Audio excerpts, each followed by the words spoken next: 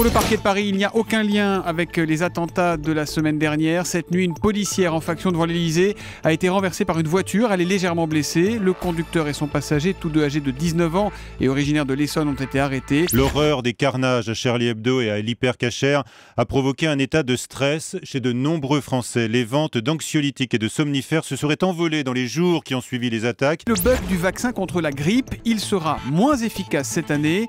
Le virus qui circule le plus ne correspondant pas à la souche utilisée pour le fabriquer, ce vaccin. Aujourd'hui, le livret A est rémunéré à 1%. Ce matin, vous, que proposez-vous? Je propose 0,75. Alors, économiquement, je devrais proposer un peu plus bas, 0,50 ou sans aller jusqu'à 0,25 mais je veux tenir compte de la psychologie des épargnants.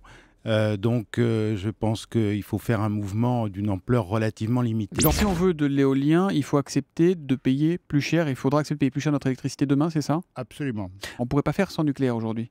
Non, parce que les renouvelables, c'est très bien, mais le problème, c'est que c'est intermittent. Donc, quand il n'y a pas de vent ou qu'il n'y a pas de soleil, on n'a pas de production, et donc il faut pouvoir boucler avec d'autres formes d'énergie. Alerte au cyberterrorisme. Les piratages se multiplient depuis une semaine de la part des islamistes, et ce jeudi, la menace pourrait atteindre un pic et menacer par exemple les hôpitaux. Succès de Charlie Hebdo, 5 millions de numéros vendus, ça fait rêver les autres journaux qui sont en difficulté. Donc déclaration du rédacteur en chef du Figaro.